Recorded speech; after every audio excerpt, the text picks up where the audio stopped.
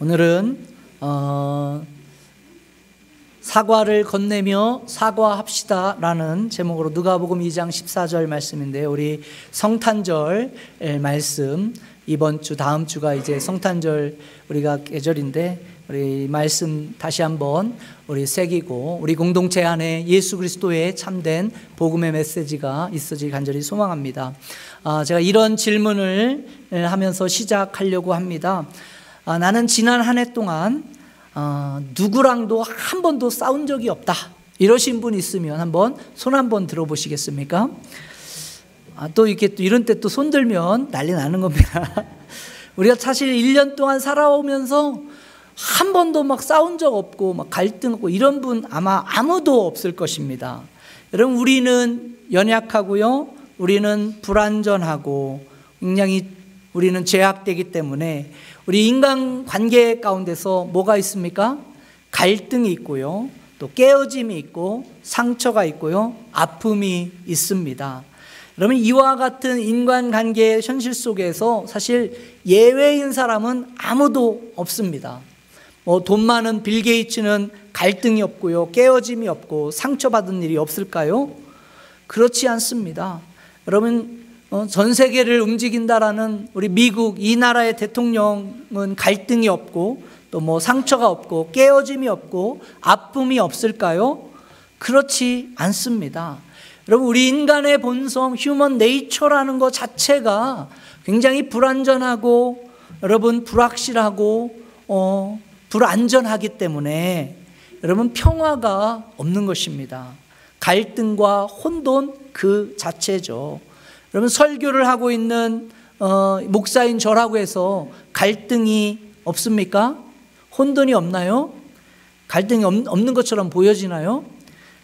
일부 때는 또 예라고 대답을 하시던데 이번엔 아니네. 뭐 그런 것처럼 보일 수 있다 할지라도 여러분, 이 목사인 저도 여러분 갈등이 있고 깨어짐이 있고 상처가 있고요, 아픔이 있습니다. 그래서 여러분, 이 세상 살면서 그렇게 어떤 뭐 갈등 없고 아픔 없고 깨어짐 없고 상처가 없는 사람 아무도 없죠.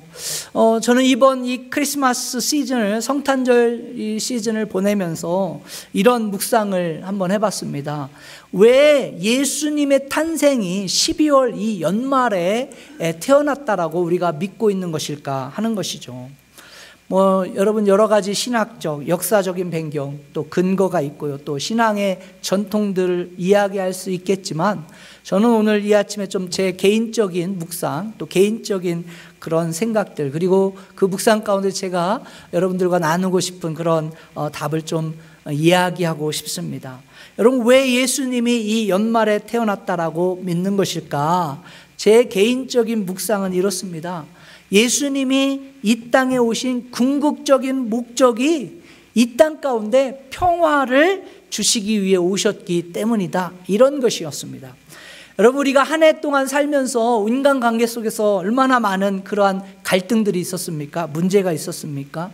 서로 막 지지고 볶고 하면서 남편과 아내도 그렇고 자녀들과 지지고 볶고 또 뭐 남자친구 여자친구 지지고 볶고 뭐 이런 것들 있죠. 막 꼬이고 답답하고 얽매이고 억눌림이 있고, 그래서 깨어짐이 있고 상처를 받기도 하지만 상처를 많은 경우 더 많이 주었죠.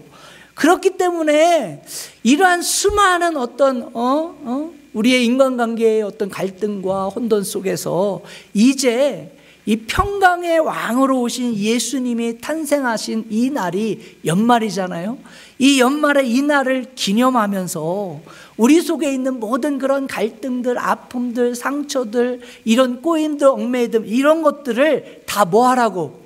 다 풀고 화해하고 이제 한 해를 딱 마무리하고 이제 새로운 새해를 시작해라, 이런 의미가 있지 않을까, 이런 생각을 해보았습니다. 어때요? 그럴듯하지 않습니까?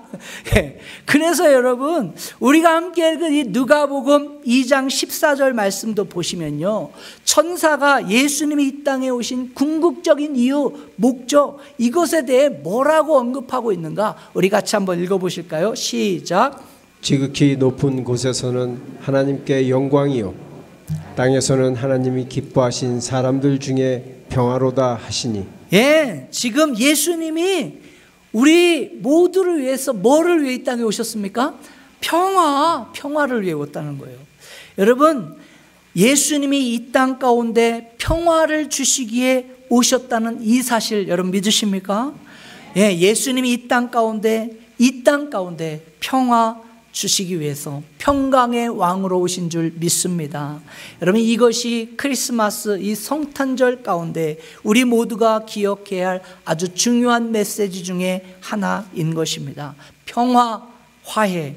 여러분, 이것은 예수님이 이 땅 가운데 오셔서 저와 여러분들에게 주시고자 했던 그러한 메시지죠. 여러분, 화해가 무엇입니까? 화해는요, 깨어진 관계가 회복되는 것을 말하는 것입니다. 남자친구, 여자친구 사이에 깨어진 관계가 회복되는 것이고요. 여러분, 우리 부부 사이에 깨어진 관계가 회복되는 것이고, 또 아버지와 아들 사이에 깨어진 관계가 회복되는 것이고, 어머니와 딸 사이에 깨어진 관계가 여러분 회복되어지는 것입니다. 여러분, 화해는 다른 사람들과의 그런 관계에 있어서 여러분 풀어지는 것이죠. 평화를 회복하고 그 깨어진 관계가 회복되는 것을 말하는 것입니다. 저는 이번 이 크리스마스 때 여러분은 어떤 부분에서 이 화해, 평강이 필요하십니까? 여러분, 이 화해와 평강은 크리스마스의 목적 중에, 성탄절의 목적 중에 하나입니다. 예수님이 이 땅에 평강의 왕으로 오셨습니다. 지극히 높으신 곳에는 영광이요, 이 땅 가운데서는 하나님을 사랑하는, 기뻐하는 자들 가운데 주시는 그 하나님의 평화가 바로 예수님 이 땅에 오신 목적인 줄 믿습니다. 할렐루야. 그래서 여러분, 성탄절에 쇼핑만 하러 다니지 마시고 이 평강의 왕으로 오신 예수님 기억하시기 바랍니다. 사람들에게 이런 질문을 해봤대요. 사람들에게 평화가 필요한 곳은 어디일까? 라는 그런 질문들을 했을 때 대부분의 사람들이, 모든 사람들이 한결같이 이렇게 이야기했대요. 모든 곳에 평화가 필요하다. 여러분, 이 땅에 평화가 필요 없는 곳 있습니까? 그런 곳이 있으면 저에게 좀 알려주셔 보십시오. 여러분, 이 땅 가운데 평화를 필요로 하지 않는 곳은 한 군데도 없습니다. 여러분, 깨어진 저와 여러분들의 가족의 관계 가운데 평화가 필요하죠. 틀어진 이웃과 친구와의 관계 가운데 평화가 필요합니다. 여러분, 세계의 정치 가운데 이 나라와 민족들 사이에 평화가 필요한 것이죠. 여러분, 무엇보다 저와 여러분들의 마음 가운데 평화가 필요합니다. 여러분들의 집안 가운데 평화가 필요하죠. 여러분, 저는 무엇보다 이 미국 땅 가운데 평화가 필요하다고 믿습니다. 우리 대한민국 조국 가운데 평화가 있어야 된다고 믿습니다. 여러분, 이 땅의 모든 곳에 평화가 필요한 것입니다. 그런데 여러분, 사실 우리가 평화가 필요하다 생각하지만 여러분, 이 모든 곳에 평화가 있을 것이다, 이러한 소망을 갖고 꿈을 갖는 것은, 그렇게 이야기한다라면 뭐라고 우리가 욕할까요? 참 허황된 꿈을 꾼다, 이렇게 말하지 않겠어요? 모든 곳에, 이 땅의 모든 곳에 평화가 있을 거야 라고 이야기한다라면, 그것은 아마 그런 희망을 갖는다라면 허황된 꿈과 같은 이야기다, 이렇게 치부하고 말할 것입니다. 그런데 여러분, 잘 한번 생각해 보십시오. 이와 같은 화해와 평화의 시작은 어디부터 시작할까? 저는 바로 저와 여러분은 개인의 평화에서부터 시작한다, 이렇게 생각하는 것이죠. 여러분, 한번 보십시오. 각 나라들 가운데 평화가 없으면 전 세계에 평화가 올 수 있습니까? 없죠. 그리고 여러분, 각 지역, 어떤 도시마다 평화가 없는데 한 나라가 평화할 수 있습니까? 없습니다. 여러분, 지역의 한 가정에 평화가 없는데 어떻게 그 공동체, 지역 공동체가 평화하다 말할 수 있을까요? 어려운 것이죠. 가족 가운데 한 개인이 평화하지 않는데 어떻게 해서 그 가정이 평화롭다라고 말할 수 있을까요? 그래서 여러분, 우리 한 개인이 참된 이 화해와 평화를 경험하는 것, 이것은 너무나 중요한 거예요. 그런데 우리가 이 참된 평화와 화해를 경험하려면 어떻게 해야 되는가? 여러분, 이 땅 가운데 평화를 주시기 위해서 오신 예수 그리스도를 만나야 되는 줄 믿습니다. 우리가 예수 그리스도 참 평강의 왕으로 오신 그 예수님을 만나지 않고서는요, 저와 여러분 개인 가운데 참된 평화를 경험하기 어렵다라는 거예요. 이 땅에 평화의 왕으로 오신 예수 그리스도를 구주와 주님으로 초청하고 모시고 영접하지 않고서는 결코 저와 여러분들의 개인 가운데 참된 평화는 없다는 것이죠. 사랑하는 성도님들, 예수님께서 이 땅 가운데 주신 평화는 어떠한 평화인가? 오늘 세 가지 차원에서 성경이 저와 여러분들 가운데 이야기하고 있는 예수님이 이 땅 가운데 가져오신 그 평화, 세 가지 평화에 대한 이야기들을 좀 나눠보려고 합니다. 먼저요, 예수님께서 이 땅에 주신 평화는 우리 영적인 평화를 주시기 위해 이 땅에 오신 것입니다. 여러분, 저는 여러분 가운데 영적인 평화가 있어지길 주님의 간절히 축원드립니다. 그런데 여러분들이 영적인 평화가 있는지 없는지 잘 분간하지 못하는데, 여러분이 만약 하나님 없이도 나는 평화롭다, 나는 편안하게 살 수 있다 라고 믿는다라면 적어도 여러분들은 영적인 평화가 없는 거예요. 여러분, 하나님 없이 살 수 있다 생각한다라면 여러분 하나님과 영적인 측면에서 극심한 대립 갈등, 그러한 대립 관계가 있음을 기억해야 하는 것입니다. 나는 하나님 없이도 괜찮아, 내 마음대로 살 수 있어, 하나님을 믿으니 그냥 내 주먹을 믿는다 라고 생각하신다라면요, 여러분 그것은 영적인 평화가 없는 것입니다. 하나님 같은 신이 어디 있어? 이 세상은 그냥 내가 잘난 맛에 사는 거지 라고 생각한다라면 여러분 가운데 영적인 평화가 없는 거예요. 여러분, 이렇게 내 마음대로 살 수 있고, 내가 하고 싶은 대로 할 수 있고, 내가 가고 싶은 대로 내 마음대로 갈 수 있다, 내 마음대로 사는 것이지, 나에게 주어진 인생이니까, 내 인생이니까 내가 가는 것이지, 여러분 그렇게 여러분 생각하고 세상을 살아간다라면 여러분 극심한 하나님과의 영적인 대립관계에 있는 거예요. 영적인 갈등 가운데 있는 것입니다. 이것이 바로 저와 여러분 가운데 화해자, 여러분 평화의 중재자가 필요한 이유인 것입니다. 우리 인간은요, 하나님 없이 살 수 없는 것입니다.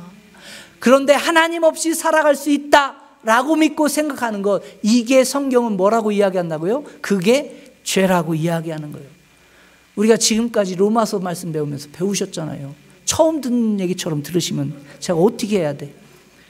그래서 여러분 창세기를 보면요, 인류 가운데 이 죄가 어떻게 시작하는가, 그 이야기를 할 때 여러분 뭡니까? 뱀이 인간을 유혹하잖아요. 근데 뭐라고 유혹하냐? 너도 하나님 같을 수 있어 라는 거예요. 창세기 3장 4절 5절을 한번 읽어봅시다. 창세기 3장 4절 5절 시작. 뱀이 여자에게 이르되 너희가 결코 죽지 아니하리라. 너희가 그것을 먹는 날에는 너의 눈이 밝아져 하나님과 같이 되어 선악을 알 줄 하나님이 아심이니라. 네, 이런 죄악된 생각, 행동들이 바로 하나님과 우리 사이를 갈라놓은 겁니다. 무슨 생각이요? 나도 하나님이야, 나도 하나님처럼 살 수 있어. 여러분, 하나님의 통치를 외면하고 하나님의 주권을 인정하지 않고요, 내 방식대로 내 고집대로 살려는 이러한 생각, 이러한 주장, 이게 죄라는 거예요. 이게 하나님과 나 사이를 뭐예요? 그 관계를 깨뜨린 거예요. 그게 영적인 갈등인 겁니다.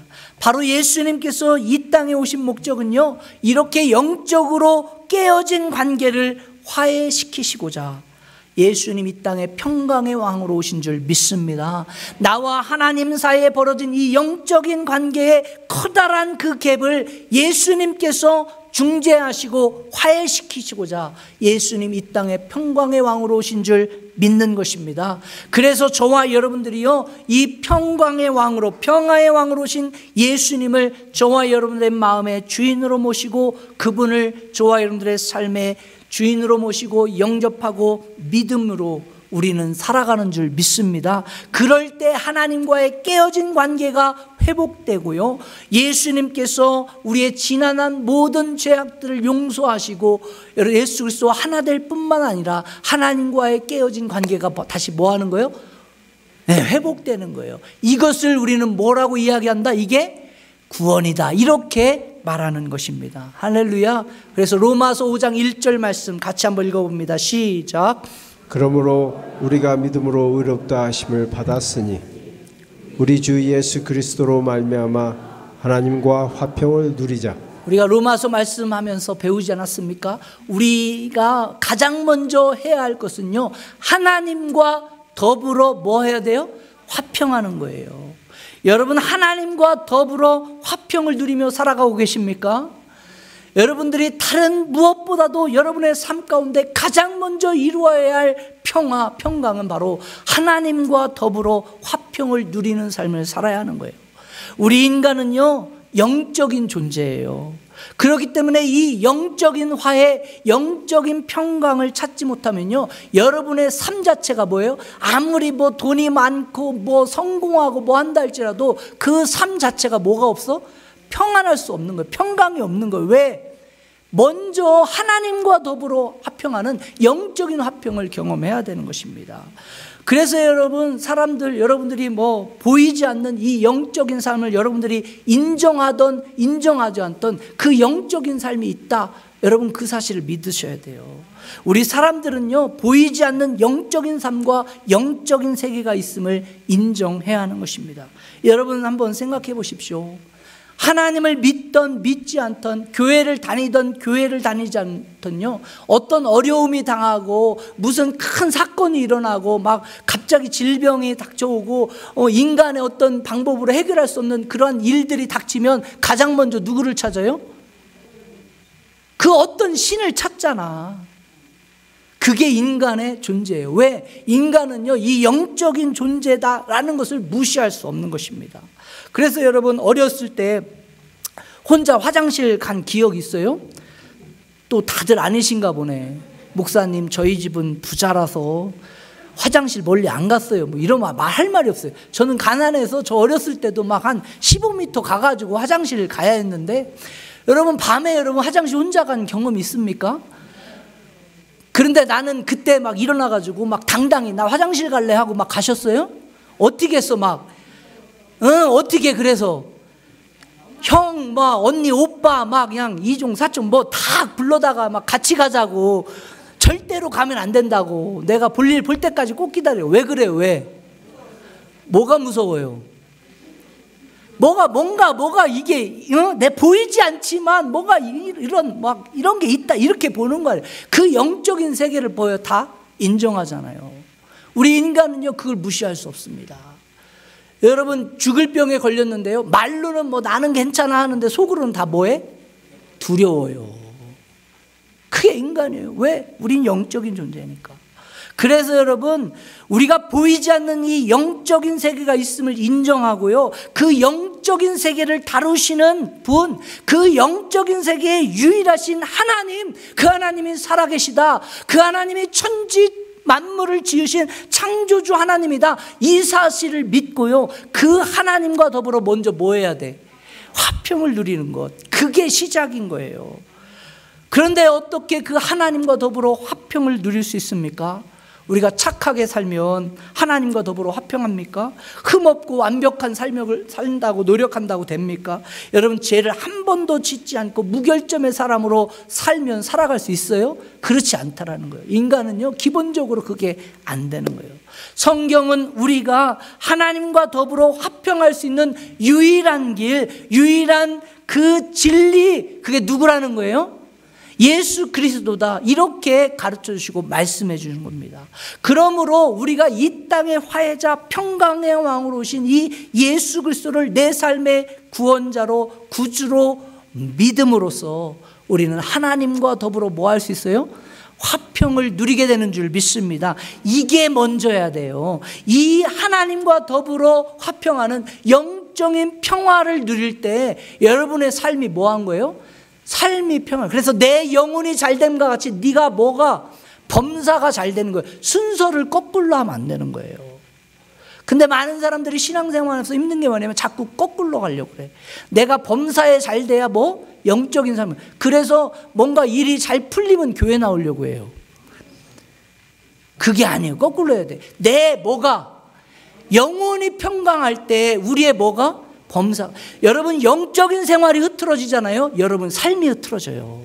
이게 영적인 원리예요. 우리가 가장 먼저 누려야 할 것은 뭐를 누려야 된다? 하나님과 더불어 평화하는 이 영적인 평화를 경험해야 돼. 근데 그 영적인 평화를 경험할 수 있는 유일한 길, 유일한 방법은 누구라는 겁니까?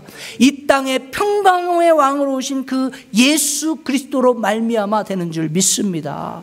그러므로 여러분 다른 무엇보다 이 땅에 평강의 왕으로 오신 그 예수 그리스도를 여러분의 삶의 구원자로, 메시아로, 주님으로 여러분 믿고 영접하시고 그 믿음으로 하나님의 은혜로 말미암아 살아가는 삶을 살 때 우리는 하나님과 더불어 평화할 뿐만 아니라 우리의 가운데 참된 평강을 경험하는 줄 믿습니다. 할렐루야. 이게 첫 번째로 여러분들이 경험하고 예수님께서 이 땅에 오셔서 저와 여러분들에게 주고자 하신 첫 번째 평강이에요. 무슨 평화? 영적인 평화. 두 번째 뭘까요? 한 걸음 더 나가서 예수님이 이 땅에 오셔서 저와 여러분들에게 가져온 평화는요, 마음의 평화예요. 무슨 평화라고요? 마음의 평화. 우리가 먼저 하나님과 영적인 관계에서 화평을 누리고 예수 그리스도 믿는 그 믿음이 우리 가운데 일어나면요, 그 다음 찾아오는 평화가 무슨 평화냐? 여러분의 마음 가운데 평화가 찾아와요. 하나님이 주시는 그 정말 마음의 평강이 가득해서요, 그 마음의 평강으로 살아가는 거예요. 그래서 여러분 처음에 은혜 받고 막 구원받은 그 기쁨과 은혜 받았을 때 여러분 어떻게 했어요? 막 할렐루야를 부르고 막 말하지 않아도 막 얼굴에 뭐가 있어, 막 기쁨이 있고. 그래서 사람들이 봐도 아유 저 집사 은혜 받았네 막 이렇게 얘기하잖아요. 요즘에는 그 모습이 안 보여서 문제지만 그렇게 이야기하지 않아요? 여러분 옛날 은혜 받아요. 저도요, 제가 막 어렸을 때 그때 막 초등학교 5학년 6학년 때 은혜 받고 막 한데 새벽 철야 예배하고 새벽 4시인가 5시에 이제 그 예배 끝나고 이렇게 딱 들어가는데 저희 형이 이제 옆에 자고 있었어요. 근데 자던 형이 갑자기 저한테 뭐라는 줄 알아요? 야, 너 오늘 뭐 받았냐? 뜬금없이 자다 말고 그렇게 얘기하는 거예요. 근데 그때 제가 막 방언 은사 받고 막 은혜 막 넘쳐 막 그렇게 들어갔거든. 그게 막 느껴지나 봐. 자면서도 느껴지나 봐요. 여러분 은혜 받고 막 이럴 때는요, 말하지 않아도 뭐예요? 그냥 막 기쁨이 있어. 근데 그때 무슨 뭐 문제가 생기고 막 어려움이 있을 때 막 승질 부리는 사람 있어요? 안 그래요. 은혜 만땅, 은혜 충만할 때는 조금 기분 나빠도 어떻게 해? 아유 할렐루야 막 기도해야지, 또 주님이 또 이런 시험거리 주셔서 기도하라고 하시네, 이렇게 돼. 근데 은혜 떨어지고 막 한참 이제 막 그냥 막 얼굴에 막 그냥 나 죽겠어요 써 있으면 어떻게 해? 조금만 누가 뭐라고 해도 이 인간이 왜 그래? 이렇게 되는 거 아니에요? 여러분 우리 속에요, 영적인 관계에서 하나님의 평강이 막 있고 은혜가 충만하고 구원의 기쁨이 있으면요, 우리 속에 뭐가 일어난다고? 마음이 평강이 있어. 그래서 뭐 크고 작은 일이 있어도 그게 큰 문제로 다가오지 않는 거예요. 동의들 안 하시는 것 같으네. 다 경험들 안 해보셨어? 저만 그런 경험한 것 같아요. 여러분 이게 하나님이 주시는 마음의 평강이 있어요. 그래서 뭐 하게 합니까? 옛날 같으면 막 은혜 막 있을 때는 문제가 와도 다 참고 기다리는데 은혜 떨어지면 어떻게 다 그냥 내 승질대로 다 하는 거 아니에요. 여러분 우리가 하나님과 영적인 관계에서 평화를 누리고요, 예수 그리스도가 우리 마음의 주인이 될 때 우리 마음 가운데 하나님이 주시는 평강이 있는 줄 믿습니다. 그래서 여러분 그 2022년 가장 사랑받는 성경 구절이 무슨 구절인 줄 아세요?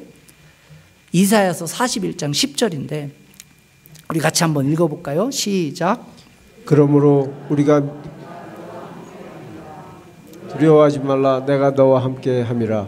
놀라지 말라, 나는 네 하나님이 됨이라. 내가 너를 굳세게 하리라.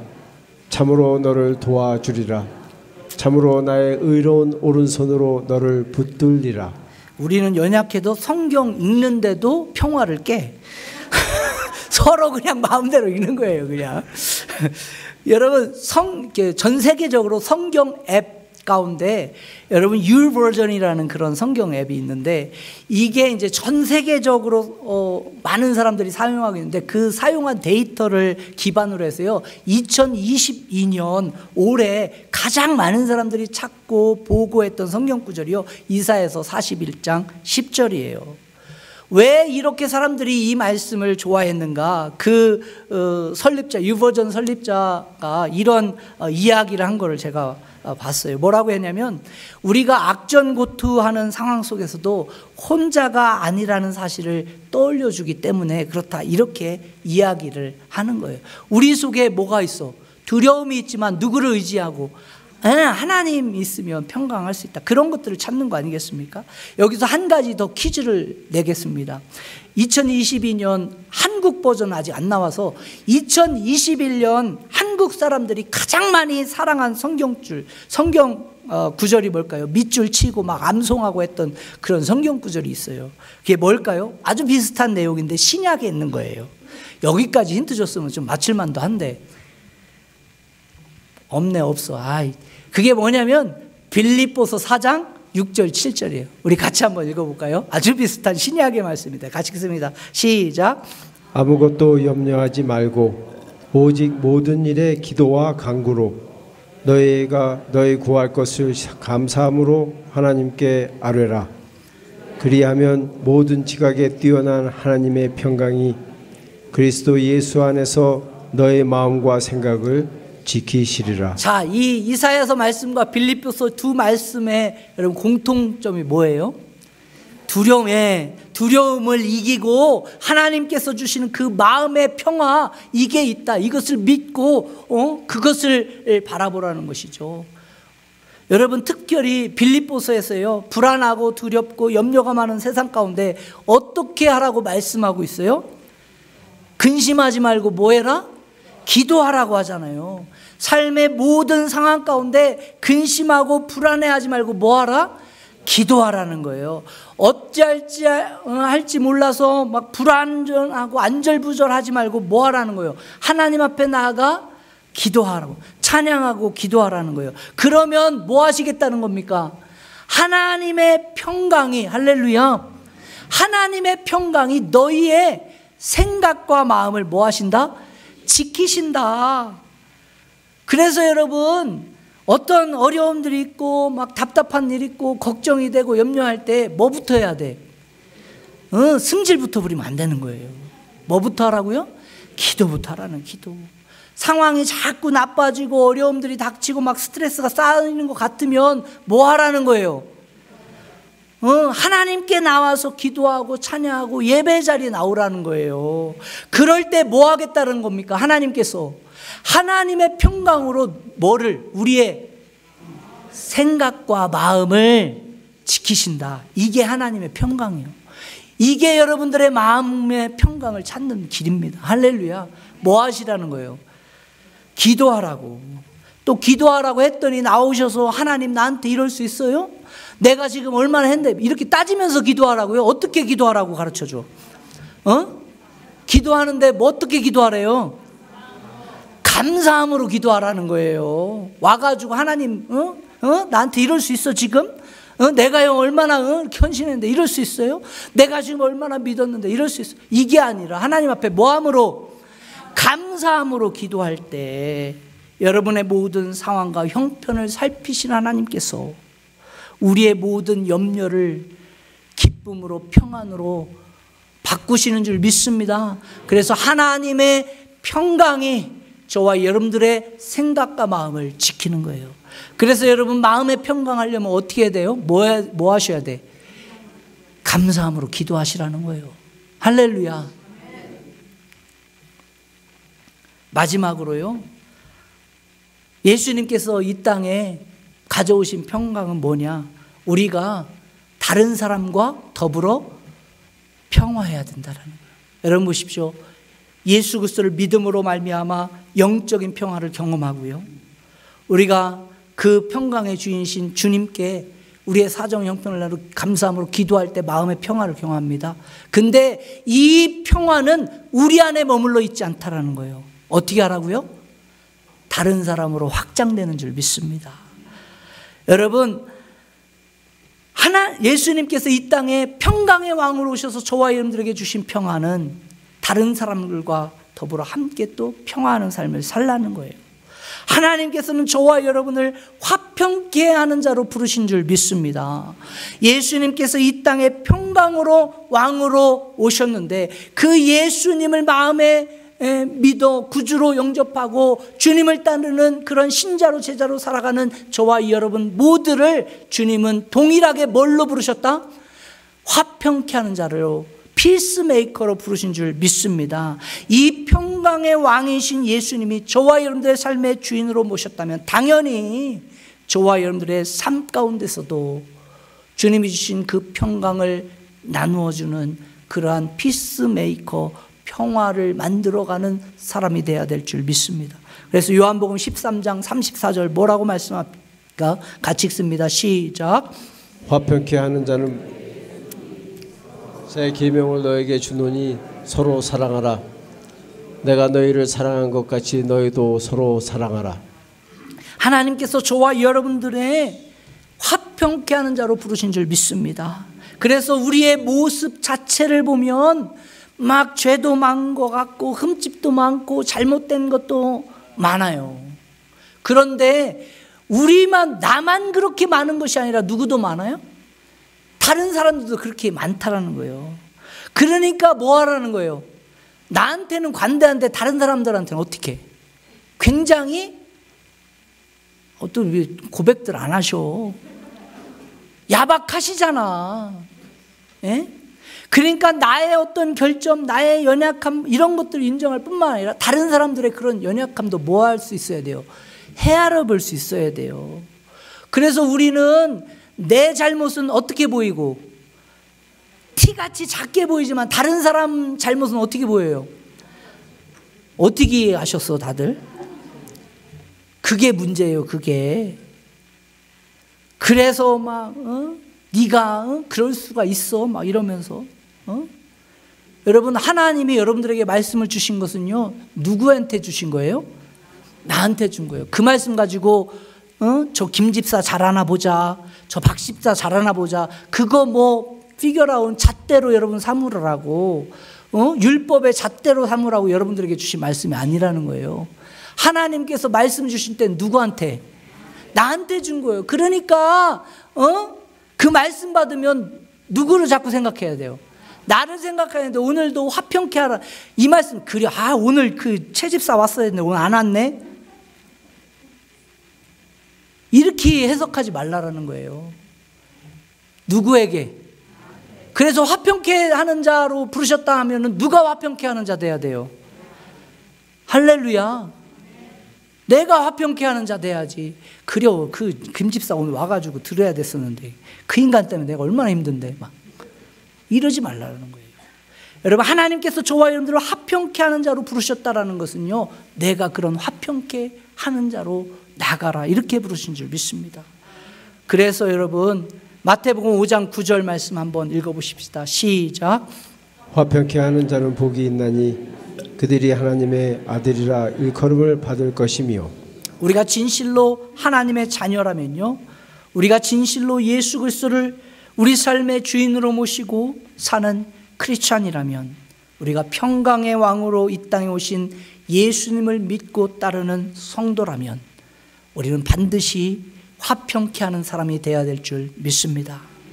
그래서 문제를 일으키고 뭐 힘들어 서로 눈을 부랴리며 막 싸우는 그런 사람들이 아니라 화평케 하는 사람들이 저와 여러분들이 되어야 될 줄 믿습니다.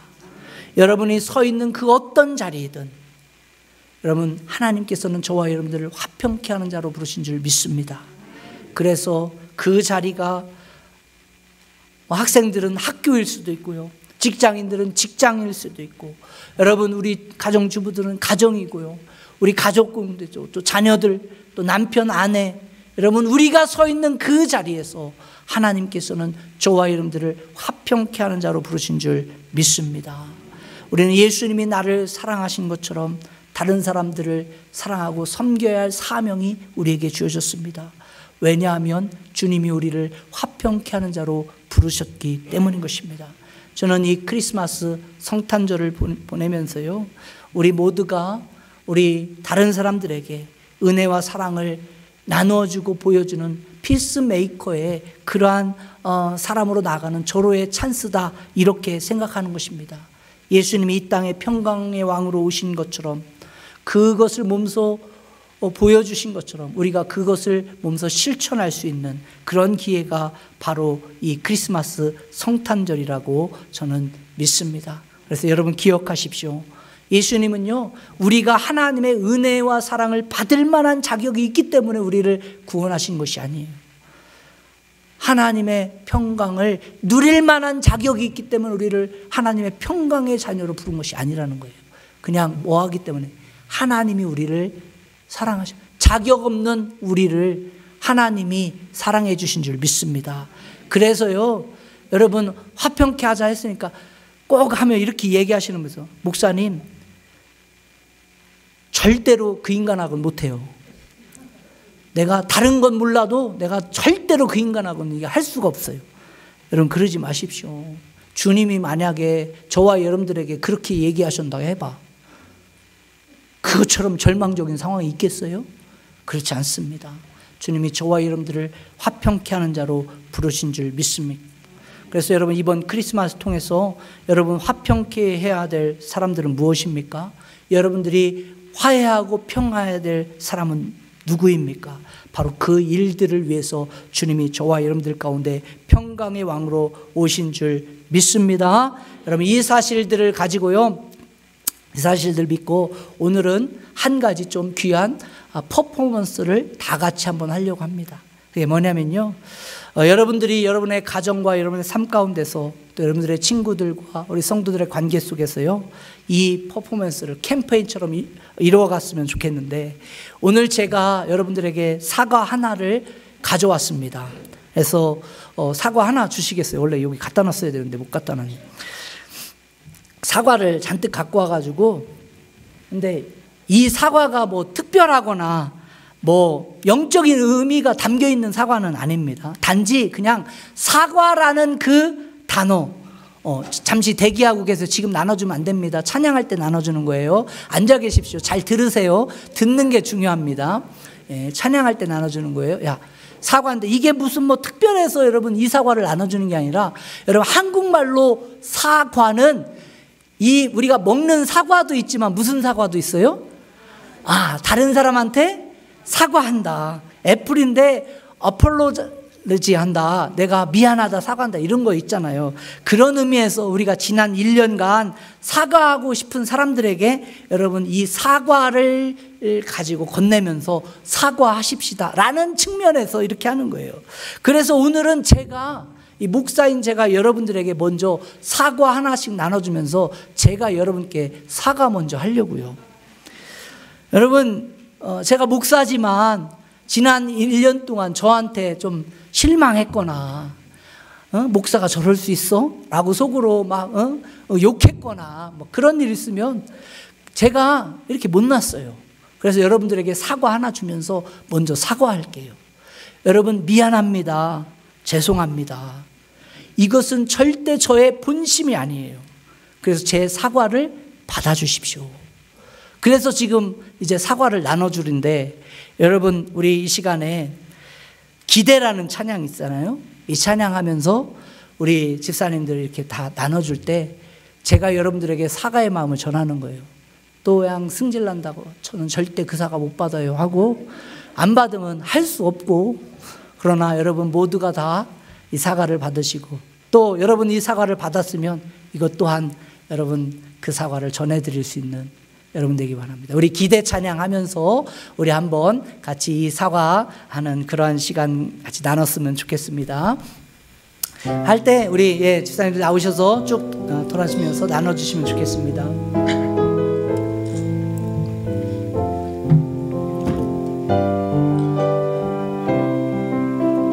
주 안에 우리 하나, 주 안에 우리 하나, 모습은 달라도 예수님 한 분만 바라네. 사랑과 선의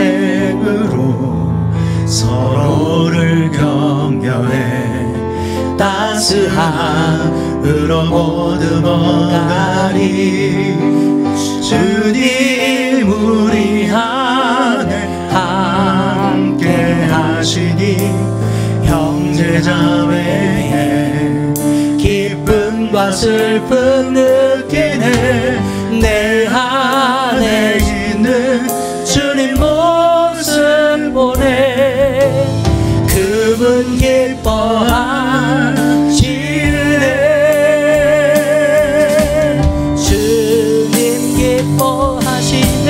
주님 우리 통해 계획하시니 부족한 입술로 찬양하게 하시니.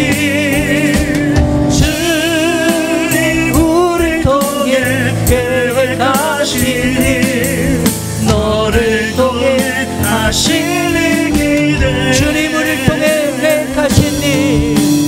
주님 우리 통해 계획하시니 부족한 입술로 찬양하게 하시니. 주님 우리 통해 계획하시니 너를 통해 하시니 기대. 여러분 이 사과 하나씩 다 받으셨죠?